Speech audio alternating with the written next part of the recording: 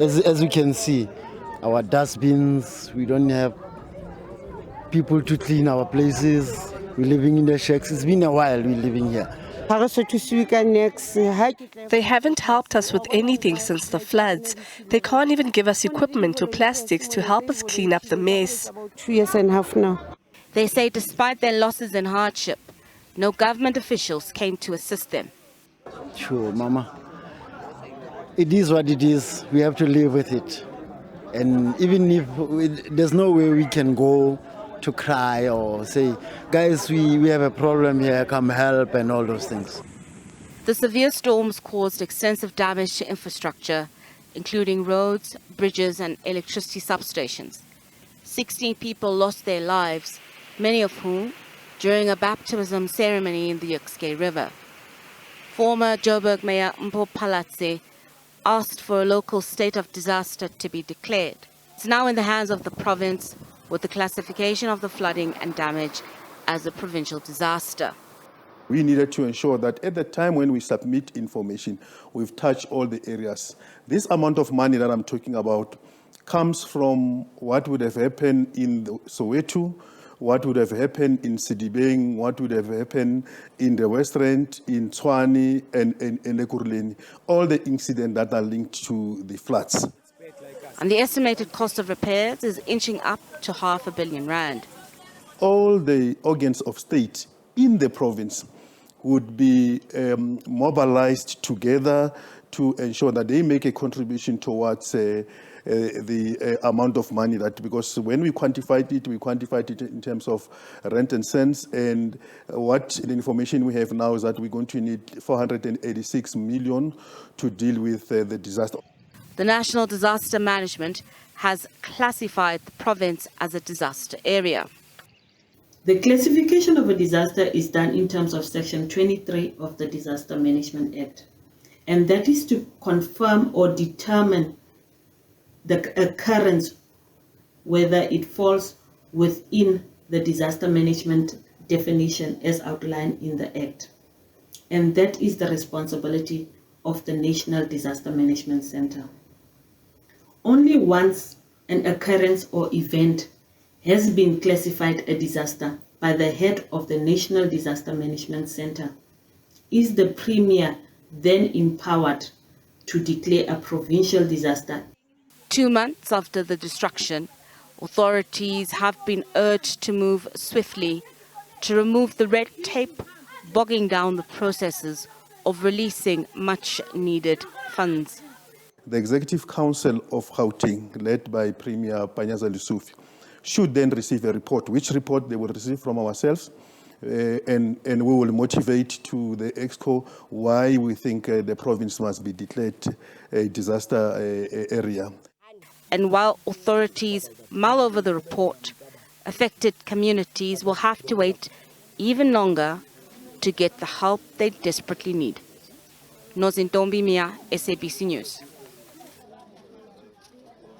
All right, so staying with the impact on the environment and climate change, we also seen that the 5th National Global Change Conference is set to commence on Monday, the 30th of January. It will run until the 2nd of February, where the purpose of the conference is to share and debate current local research and development initiatives that form part of the Global Change Grand Challenge. Perhaps for more on Climate Change Conference, we're joined by Professor Colleen Vogel, who is a climatologist from the Wits University. Prof. Colleen, a very good afternoon to you, and thank you for your time here on the SABC. Hi, and hi to all your listeners and viewers. All right, Prof, perhaps as we look at what some of the largest barriers to action on climate change is, perhaps you could talk to that, but also then why the impact and the importance of such conferences still stand in this day and age. Thanks. So I'll basically start with the first question that you asked. I think most of us are now realizing, even those of us who might have been denialists a couple of years ago, that climate change is here, it's happening. I think there is still a little bit of debate among some circles about why it's happening, but everyone is seeing it happening in front of us, where we have alternating droughts and floods and heat waves, etc. So the magnitude and the occurrence of these events, are really gripping us. And this is on top of load shedding and all the other challenges that we have in developing countries such as our own. And so one of the important things is to try and create more awareness, but actually more agency. In other words, giving people the wherewithal to actually do something about this debate and this issue, and not just be blah, blah, blah, blah. And so what we do at the universities and with the National Research Foundation and the Department of Science and Innovation has been to organize conferences like the one that's coming up now this week, a biannual conference. This is the 5th one. And we try and really target and engage and work with the youth, the young academic scholars, the young agents of change, the young activists, because it's their future really that we need to be enabling them to not only help us find solutions, but also they are going to be really living in the thick of it. So I think that really is why we do this. It's to raise awareness on the one hand, but to really now say, it's time for action. We cannot keep talking, going to climate action COPs overseas, blah, blah, blah. While those things are very important for policymakers, we do need to now start to have some action. And unfortunately, I was involved in the Disaster Management Act when it was first put together. Yes. And really the red tape and the problems of governance at the moment in various spheres of our country really need to be addressed hands-on. We cannot go on like this, where we constantly are being reactive and not proactive. The Durban eThekwini area, there were some areas where there was super management, super awareness. Communities were trained, they worked with communities, and there was very limited loss of life. But in other areas, people were taken completely unawares, and unfortunately, there was loss of life. So, it's time now for us to get up and really start to do things and stop hiding, I think, behind tweaks in the legislation, which is not really going to get us very far. Prof, you touched on a number of issues. Perhaps I can just break it down so we can get, a really clear picture of the state of what we're actually facing. What in your opinion is, public opinion on a climate crisis in South Africa, perhaps extended to the continent at large? Is government also doing enough at this point to mitigate against the challenges? But when we also look at the various role players, non-state actors, social movements, and even business, ultimately, what is their role along the value chain? Okay, so I think it's all hands on deck. I don't think we can just keep lobbing the ball back into government's court. Okay. Government is extremely stretched. We all know there are problems with capacity. And so what we really need to be doing now is to really coming together in terms of getting all the agents into the room and starting to streamline what we are doing. Unfortunately, both in South Africa and in the African case, we're coming off a low base, not a low base of our ability to do anything, but a low base in terms of the financial requirements, the capacities, all those kinds of issues. And to be fair to our government, we punch very high above our weight at many of these big debates and negotiations. So it's not that we're short of ideas. We've got ideas. We've been writing some of the best legislation. In fact, the Disaster Management Act, when it was put out, was one of the best pieces that was going in the world at the time. But the problem is for us to now start to synthesize, we call it what we do a systems approach, where we have to look at what does load shedding mean to energy, mean to water provision, et cetera, So we cannot be blaming everything now on climate change. Part of the problems are if the systems, if the reservoirs in Johannesburg, if there is a lot of rain, then get ahead of the curve rather than waiting behind the curve to decide on whether we now release water or we don't, because you're going to need energy to do that. So we have what we call a complex set of wicked challenges. And I think we're really sitting on a knife edge at the moment because the general public, whether you're rich, poor, or in between, there's a fantastic saying, I hope I can quote it on television, people are hurtful, people are tired, people want action. And it's not that we're lazy. People are coming to the fore and saying, how can we do anything? What can we do about this challenge? And so it behoves us to really spend, late hours in the night, if we're in positions of privilege as officials, to be getting our heads around this challenge as a complex, wicked challenge. It's not going to help us to just fix the energy crisis and not look on the one side to the water crisis and then in the rearview mirror at what does it mean to bring communities along with you. We have to work with the communities. They've got brilliant ideas. They've got brilliant civic leadership, many of them. Obviously, politics plays a huge role, but we have to get our heads around that. We don't have time to keep, diddling and daddling. And so I hope you can hear in my voice that I'm equally frustrated.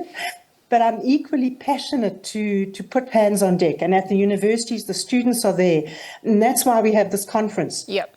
So we're going to have a room full of people, of students, listening to the ministers, listening to politicians, listening and coming up with plans around all different spheres of action. So it's a wonderful opportunity for government to interact with business, to interact with the youth. I think the youth is a missed opportunity of huge creativity and entrepreneurial ability, where we've got to start dismantling maybe some of our old ways of doing things, in particular some of our educational designs, and really rethinking where it kind of grabs the creativity and the oomph that the youth can bring. That's what this conference is hopefully going to,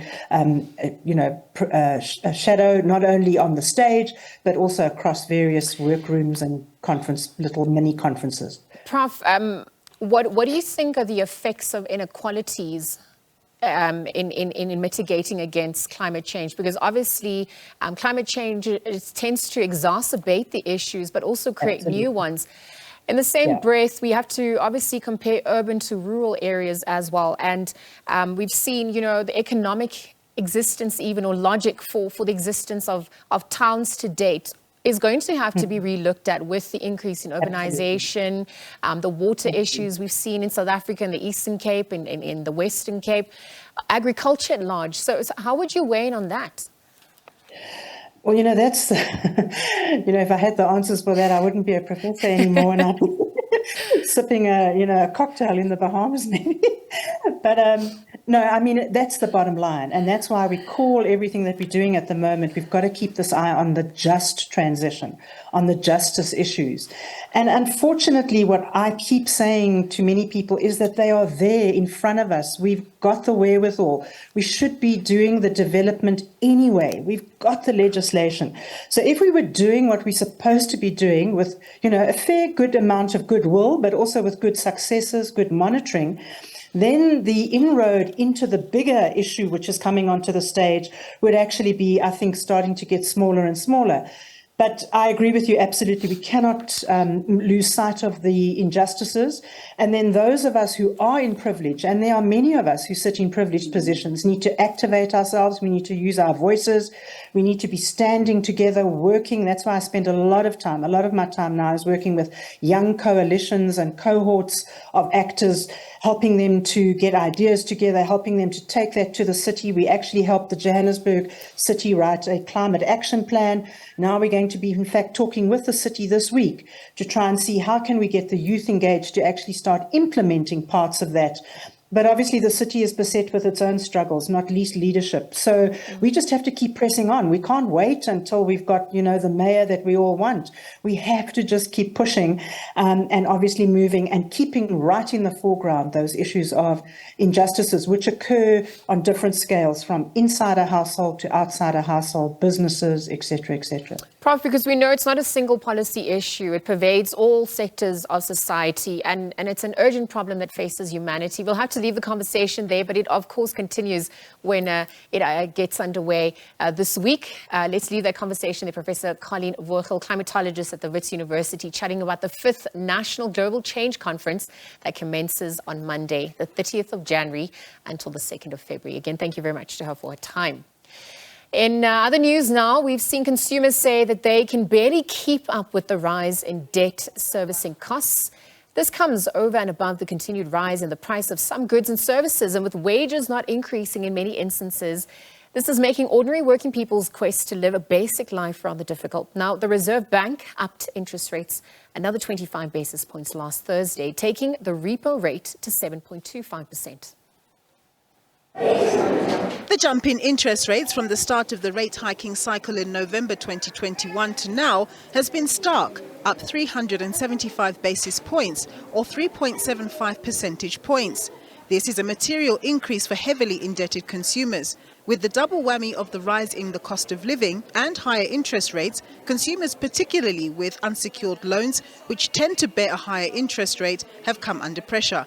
It's almost virtually 100% of the consumers who've applied for debt counseling have had some sort of a personal loan or a payday loan that they are using, and that tells us very clearly that the message there is consumers need to supplement their income with other things. And in this particular case, I think a lot of consumers are tapping into the lending market.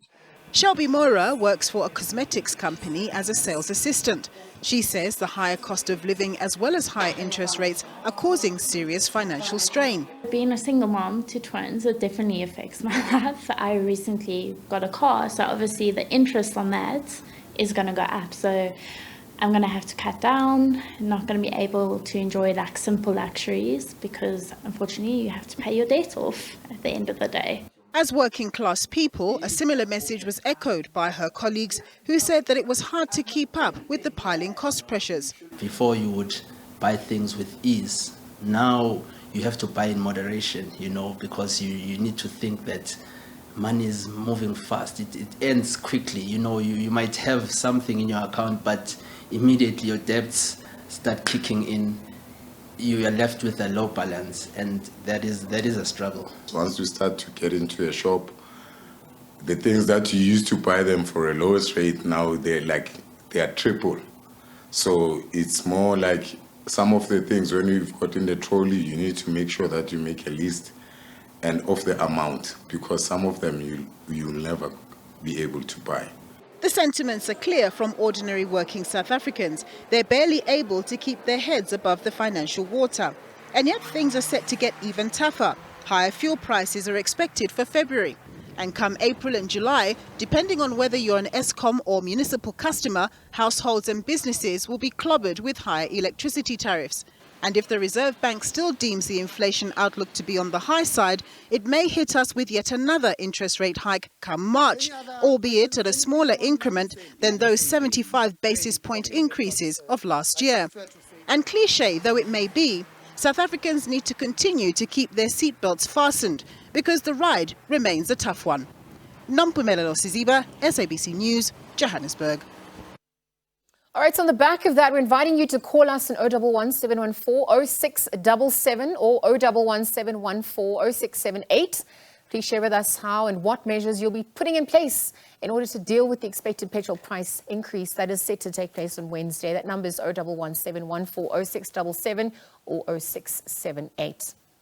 All right, in other news making headlines, Johannesburg and Tshwane taps are running dry. Load shedding, aging infrastructure, the heat and high consumption are being blamed. Residents in the eastern and northern parts of Tshwane have been without water since Monday, and this outage affects residents across the city as the supply travels through Pretoria East to reach other parts of the city. Now, parts of Johannesburg also have intermittent supply.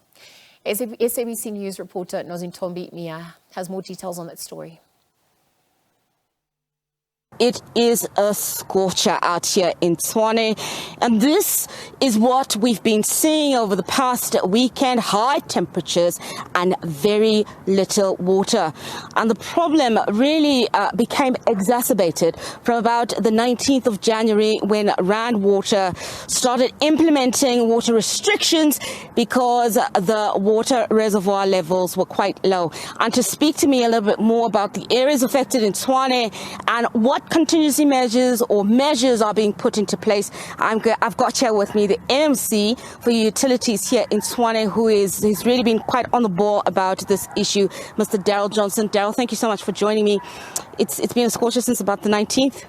Absolutely. We're really suffering with the very high temperatures, which are increasing demand that's required on the systems, and that is dropping reservoir levels. And coupled with that, the flow limitations that Rand Water have implemented really are causing us severe headaches and nightmares. Daryl, why did Rand Water implement water restrictions?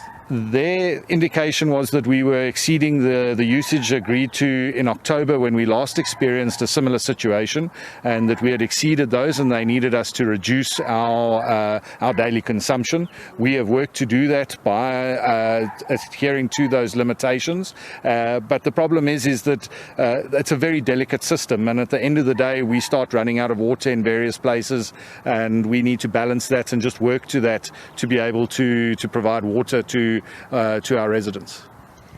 Exceeding your usage, this is what they're saying, right? How are your residents using the water? Which areas are the areas that are using the most water? Well, the problem is all over is where we have these problems. There's high demands from Soshanguve through to the east. And really, the thing is with water, it's unlike electricity. When we're under load shedding, your electricity's off, you can't use it, you don't have an option. Unfortunately, with water, the way the systems are laid out, typically people in lower lying areas don't tend to experience the same problems as those in higher lying areas. And so they continue to use water. And unfortunately, we have people that use water to clean off driveways, patios, all manner of unnecessary things. And, we need the residents to really work together to help the entire community, but we don't get that kind of cooperation. How is it that Tshwane is struggling with the water issue? Aside from Rand Water assisting, aside from Rand Water coming in and putting in water restrictions, what has caused this from the onset? Why does Tshwane not have alternatives regardless of the reservoirs? Well, we do have our own sources. We're actually in a unique position compared to Johannesburg or Ekurhuleni, where we actually produce our own water from Rietvlei Dam, from Roodeplaat Dam, boreholes, fountains, etc. But unfortunately, it's nowhere near enough to just be able to supply the entire city. So we are dependent on Rand Water. But when we are faced with these restrictions, and obviously this is contributed to as well by the fact that we've got people coming into the city on an ongoing basis, placing demands on the water requirements, but we have a set limitation from Rand Water, and that's where we then find imbalances. Relying on Rand Water is not a long-term solution. What long-term solution are you looking at? You have the dams that you've spoken about. What other solutions, tangible, real solutions, are you going to put in place? So we are already busy with programs. It's part of our water master plan, is to actually increase the capacities at those own sources. Currently, they should be able to produce about 40% of our current requirement. They're not producing at that level because of pollution issues within systems and so forth. But we have the potential to grow that to about 80% of our current water usage. But bear in mind, that's current. With continued population growth, etc., you can't necessarily keep to that. So we'll always be dependent on Rand Water, but we are working on ways to be able to augment our existing sources so that we can improve the supply from our own side. Communication is obviously a problem. The city and residents are not communicating. How are you going to improve on that? Well, we're utilizing all of our channels, our social media channels and so forth. But you still find in talking to people, you get some people that are completely unaware of the water situation that we're facing. And therefore, that's why you get people continuing to use it. So I don't know, short of sending vehicles out with PA systems into areas, I just don't know, because you should be able to get far greater reach using social media and yourselves, the media, to communicate. But it's whether it's getting the penetration or not. Daryl, before I let you go, old school might just be the way to go. Which areas have been the most affected? So Soshanguve Block L in particular has been a problem. We have got high demand in that area, and we aren't able to get water up into the tower to provide the pressure required to deliver to that high-lying area. We've also had problems over the last period of time in Waterkloof, Monument Park, Iladus Park, Moraletta Park, out towards the hills and Mooikloof, where we are. It's a continuous juggling act with our technical teams on the ground, shifting supply, closing off here, opening there, getting Rand Water to assist by changing their provision of where they're supplying water from, and that's just how we're trying to manage the system as best as possible. Super quickly, before I let you go again, proper this time, advice to residents about not using so much water. Absolutely, let's make sure we're not using water unnecessarily to wash off paving, roads, not washing cars. It's not necessary for us to wash our cars. It might not look pretty, but still, don't flush toilets unless you absolutely need to. Take showers with a bucket, collect water there, and really just find measures that you can use as little water as possible, just like Cape Town had to do a number of years ago. Daryl Johnson, thanks so much. I'm going to leave it there. The issue of the water restrictions here in Tshwane and the low water level is an issue that is being felt across large parts of Gauteng. We know that Johannesburg is also suffering a similar fate, with quite a number of areas, especially West Rand areas, struggling to get access to water. It's a broader conversation that the province needs to have around water consumption, water restrictions, but also an issue that Rand Water and all the water boards and water organizations need to come to the party and find long-lasting solutions on how to get consistent water flow, regardless of whether the temperatures are high, we have high rainfall. A better system is needed to be put in place. All right, so throughout the show, we've been asking you to interact with us by calling us on 011 714 0677 or 0678. Perhaps share how and what you're going to put in measures you're going to put in place to deal with the expected petrol price hike that is obviously set to be announced on Wednesday. Also, we've seen last week the interest rate hike being announced. So we've got Letlogonolo from Carlswold on the line. Thank you very much for interacting with us. Perhaps on the back of that, what measures are you putting in place to deal with these interest rate hikes and the expected petrol price increase that's set for Wednesday? Good afternoon, Lizo. Thank you for taking my call. I just have a quick comment. As someone that works in the car industry, the increase in the basic in petrol prices and the interest rates is going to have a massive impact on the confidence that people have in purchasing vehicles. It is literally affecting everything from how people budget and the type of cars that they're buying and everything is. And when they trade in their cars, it's a mess. It's a mess. Yeah. So just a quick one, just to share the frustrations that I'm sure many South Africans are suffering from. Yeah, no.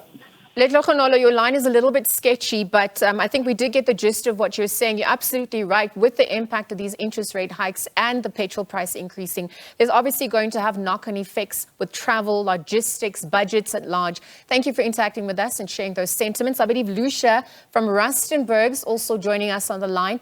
Lucia, good afternoon. Thank you for your time here at the SABC. Perhaps you could talk to what measures you're putting in place to deal with this petrol price increase, amongst other increasing costs. Okay, thanks guys for having me. There's something that I really don't understand about the petrol price, the diesel price that is going up and down. Who is the person who's controlling that? And if it's our government, how can they wake up in the morning and increase the petrol and the diesel while they see that we are really suffering currently? We are suffering. We don't have money to buy food. We don't have money for nothing. And then at the end of the day, it is increasing every day. Who is the man behind that? Why don't we call that person? That's the same person that wakes up in the morning and increase the prices as they wishes, because it looks like our government is out of control. We don't have a say. They do as they wish, as they please, at a given time. I'm sorry that I have to say this, but ANC personnel, they are controlling this country. They do as they wish. They do as they please. They increase the price. We sit in the dark. Everything is so expensive that we don't know where to run.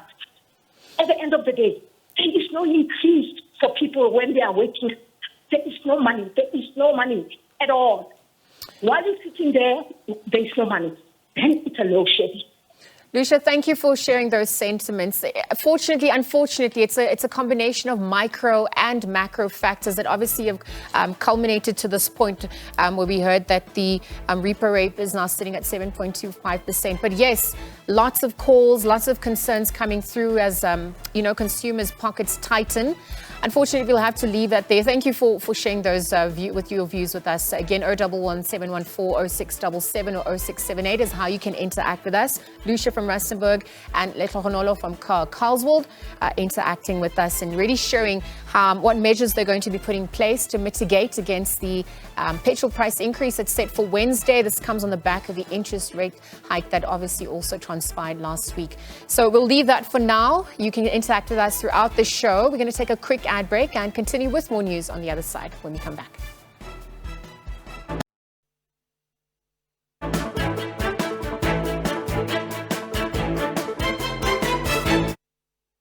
Right, so the week ahead with myself, Liesl Wilson, continues. In other news, the ANC President Cyril Ramaphosa has outlined the negative economic impact that rolling blackouts have on businesses and society. The ANC's National Executive Committee is convening a two-day lekgotla in Johannesburg. It comes amid Eskom's continuous implementation of rolling blackouts, with the country currently experiencing stages 2 to 4 power cuts. Ramaphosa gave his opening remarks at the lekgotla. The electricity crisis continues to undermine economic growth as well as investment. Load shedding damages businesses. It continues to disrupt the livelihoods of our people in various households. It compromises the provision of social services and also affects safety and well-being of our people, especially the women and young girls. Load shedding also has a negative impact on food production, thus threatening food security in our country. Lawlessness, criminality, illegal mining, construction site extortion, cable theft, and violence mean that many people, and especially women and children, continue to live in fear. Due to the rising costs of living, many households are finding it difficult to meet their most basic needs such as food, transport, and energy. Many municipalities are failing to perform their basic functions, such as the delivery of clean water, regular waste collection, and road maintenance.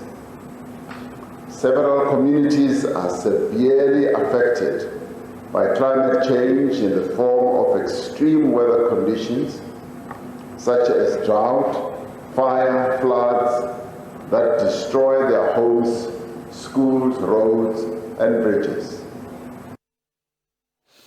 Ramaphosa has also conceded that the ANC will face probably one of the most difficult elections in history. In just over a year from now, our country will be holding national and provincial elections.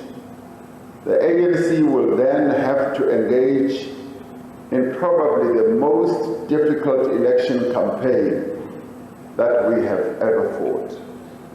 The outcome of that election will have profound implications for the direction of the National Democratic Revolution and indeed for the future of our country. Although no party has had an official launch of its election campaign, as one observes, the campaigns for 2024 elections are well underway. We need to get into election mode without delay. And perhaps this is the quota, and it must be one of the platforms that we utilize to actually get our election campaign underway. Through our actions now, we need to send a clear message and signal to voters that the ANC is taking all necessary steps to deal with the challenges that our people are confronted with, especially unemployment, the rising cost of living, crime and instability, the poor service delivery. Our focus must therefore be on action, and urgency. The renewal and the rebuilding of our movement is not negotiable, and in fact must be regarded as irreversible and irrevocable. This is an existential issue for us because if we do not renew our movement, it will simply perish. Only an ANC that is united, that is strong, that is vibrant, is an ANC that can effectively address the needs of the people and advance the National Democratic Revolution. All right, so in other news, making headlines this week, Judge Piet Koen is expected to announce his decision in the Pietermaritzburg High Court on Monday on whether he is recusing himself from former President Jacob Zuma's arms deal-related corruption trial. Koen adjourned the trial last October and asked the state and the defense to make written submissions on whether he should recuse himself as the trial judge, as he's made findings on the issue of Downer's alleged criminal violation of the NPA Act in an earlier judgment. This development came as Zuma, in a letter to Koen, objected to Advocate Billy Downer leading his prosecution. Downer is facing a criminal charge in a private prosecution, which was instituted by Zuma. Koen adjourned the trial in October last year to the 30th of January this year to allow for several developments to be considered. One of the issues which necessitated an adjournment was Zuma's application to the Constitutional Court to appeal Koen's dismissal of his special plea application, in which he contended that Downer lacked title to prosecute. And another was Zuma's objection to Downer leading his prosecution as he was facing criminal charges. These developments have brought into sharp focus whether it is proper that I decide one or more of these issues, including eventually also issues such as whether Mr. Zuma will receive a constitutionally fair trial at the end of the day, having regard to findings I have made and views I have previously expressed, including those relating to the 14 grounds of complaint which Mr. Zuma had advanced during the special plea. Zuma argued in his submissions that it could be perceived that Koen thought Downer was innocent of the crimes with which he was likely to be charged, which would impede on a fair and impartial trial. The state submitted that there was no evidence that Koen would not be impartial. Meantime, the Constitutional Court has dismissed Zuma's application for leave to appeal Koen's ruling on Zuma's special plea, saying it had no prospect of success.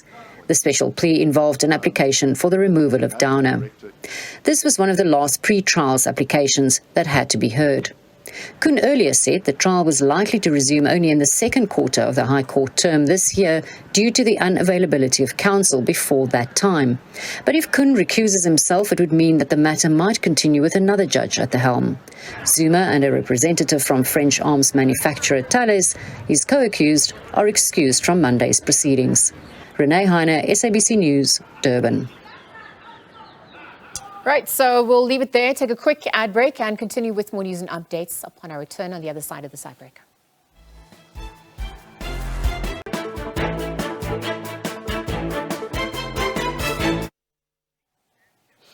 All right, welcome back. The week ahead continues. Election campaigns in Nigeria for the presidential elections to be held later next month is in full swing. Citizens of Nigeria will elect the president and vice president and members of the Senate and House of Representatives. Perhaps to discuss this and more, we're joined by Sophie Mokoena, SABC's foreign editor. A very good afternoon to you, Sophie, and thank you for joining us here on the SABC. Good day, Lizelle. All right, so it seems like it's going to be, quite an eventful week as we head up into Nigeria's elections. Front runners include Atiku Abubakar, 6 times he's contesting, Bola Tinubu, which has been hailed as the front runner, and then the underdog, which is at Peter Obi at this point. When we look at the importance of these elections and the campaigning that's set to kick off, what are we expecting this time round? Well, I think clearly Nigeria is going to have a new president. The question is the front runner, who is a member of the current ruling party, will he be able to get enough support? And also you have, as you pointed out, a person who has been contesting these elections on many occasions, and he couldn't even pull a decisive victory to become the head of state of Nigeria, and a newcomer. So we'll see. But I think the elections are quite important. This is the largest economy on the continent, a very important player in West Africa. And therefore, I think elections are very, very important. But it's a logistical nightmare with the population in Nigeria quite huge. And therefore, I think the Electoral Commission in that country has a lot of work to do. Yeah, absolutely. When you speak about the population, you've also got the ethno-religious dynamics that are unfolding there. Want us to look at the stability of the region and its impact on the international community, just in terms of trade, given the size of its economy. Are we expecting, or what are we looking in terms of electoral violence, amongst other issues that could surface at this point? There will be pockets of conflicts or violence, and I think the military in that country will be able to manage those, because you know that there is a region that is very unstable due to the insurgents. You know that Boko Haram is still operating, and you constantly have these attacks, and clearly during elections you are likely to see a similar incident, because the insurgents would want to prove that they still exist and they are still a powerful player in that region. So when we look at the campaign issues, how is the youth set to shake up things? We're looking at the continent with the youngest population. This ultimately also affects Nigeria. Well, the third candidate, the dark horse, he's got support from young people using social media. Now, you look at what transpired in Lesotho, in Kenya, and also in Zambia, you can't rule out a possibility that the youth vote is likely to decide who becomes the president of the country that is so powerful on the continent, the largest economy in Africa. And I think the social media is going to play a big role in propelling whoever is going to win the elections. And I think the dark horse is more inclined to using social media and also the media in general. He was in the United Kingdom recently. He's engaging in smaller groups, discussing and lobbying groups in halls rather than huge venues. But I think it is going to be a very difficult one for him. Yeah, so we'll monitor how elections will unfold, perhaps what investors and the countries is ultimately hoping for, but also mitigating against the issue of fake news that could also then result in the next few weeks. But let's also move into another country in Africa, Namibia, who's set to be hosting an extraordinary SADC organ Troika summit early next week. We're going to see discussions really center around politics, security in the region. Perhaps you could also tell us a little bit more about that. Well, it is a very critical time for the SADC region. You know what's happening in Mozambique, Cabo Delgado region. You know what's happening in Eswatini, particularly in recent times. You know that a prominent human rights advocate was killed in Eswatini, and therefore the political climate in that country is very, very volatile, including security. And I think these two issues will be high on the agenda of the SADC organ on politics, defense, and security. We know that President Hage Geingob is the current chair. The incoming chair is President Hishelema from Zambia. South Africa is the outgoing chair, President Ramaphosa. And I think the three countries will have to come up with a program of action in terms of what are they going to do with the situation in Eswatini. But also, you know that 2 weeks ago, SADC had to issue a statement after a video made or went viral of soldiers who were recording themselves while bodies of people were being piling and therefore burning those bodies. And therefore, the SADC Secretariat issued a very strong statement. This is something that they are going to discuss. And earlier on, I spoke to the Vice President of the European Union, who spoke about European Union's commitment to continue to support Mozambique, Rwandan troops, and of course, the SADC troops in that region. Speaking of which, the extraordinary SADC summit of heads of state, which you just alluded to now, is obviously seeing the organ's incoming chairperson, outgoing chairperson, expected to issue their reports, present the reports. Zambia's President Hichilema is the incoming chairperson of the SADC organ. And I wonder what we're expecting from his chairpersonship. Is he going to be effective? How so? Well, the time has arrived for Hichilema to practice what he has been preaching all along as a person who came into power from the opposition bench. He was sympathetic to opposition parties on the continent. And therefore, it is very critical, perhaps, for him to ensure that he does demonstrate what he stands for in terms of ensuring that you have a thriving region, but also a peaceful region. When you look at situation in Mozambique and in Eswatini, you also note that the country, Zimbabwe, is going to elections, and we are already seeing political tension and security challenges in that country, and therefore he is going to be responsible for ensuring that even the elections in Zimbabwe, you do have a free, fair elections, even though many people are saying that it's late now because the much talked about reforms were not implemented, and therefore you can't say they have been able to level the playing field. And therefore, I think many people are going to watch Hichilema every move in terms of how he is going to handle the political, particularly the political crisis in the region. Speaking of crisis, as we move from the continent perhaps to what's happening with the Russia-Ukraine conflict, just before we wrap up our discussion, we're obviously seeing dynamics escalating. In fact, next month, it's 1 year since the Russian invasion. What are we also observing on that front? We're looking at, the different dynamics, political economies being and affecting geopolitics at large. What are we bracing for as the next leg of this war continues?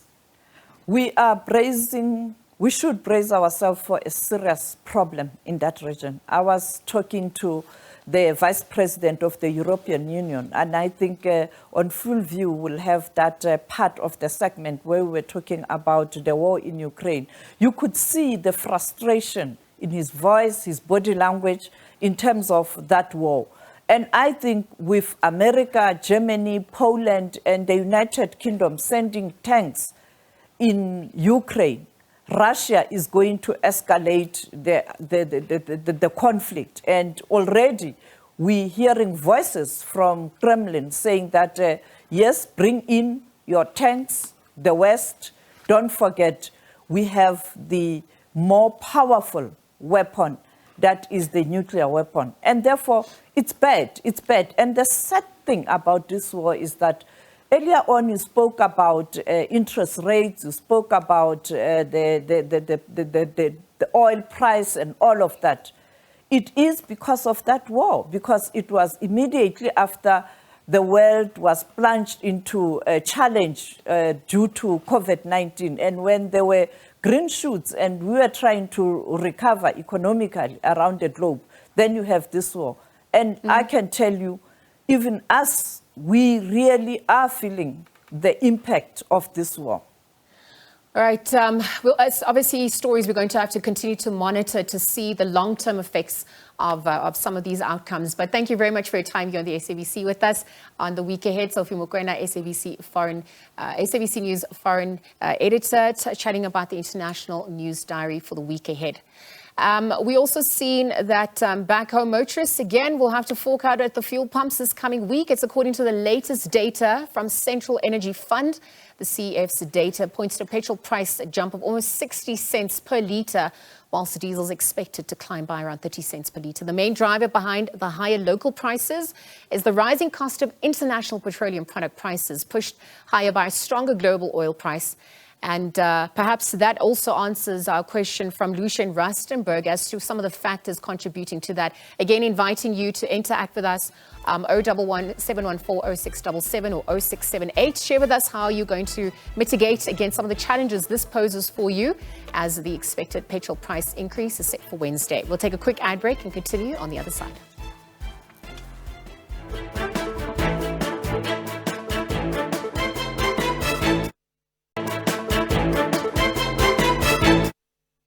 Welcome back. The week ahead continues in the Northern Cape. The Department of Social Development in the province says that children as young as 8 years old are becoming drug addicts. The department says the province has seen an increase in the use of crystal meth, commonly known as TIC. Parents of children addicted to TIC say that the drug has damaged the lives of their children. Keamogetse Gabotlwelwe says her now 23-year-old son started abusing drugs at the age of 16. She says he's addicted to crystal methamphetamine. You don't feel safe around a person who smokes crystal meth. He doesn't sleep at night. When we are sleeping, he walks around the house and talks alone about how he will kill us and bury us in the yard. The mother of 6 says she has had to open assault and theft cases against her son more than once.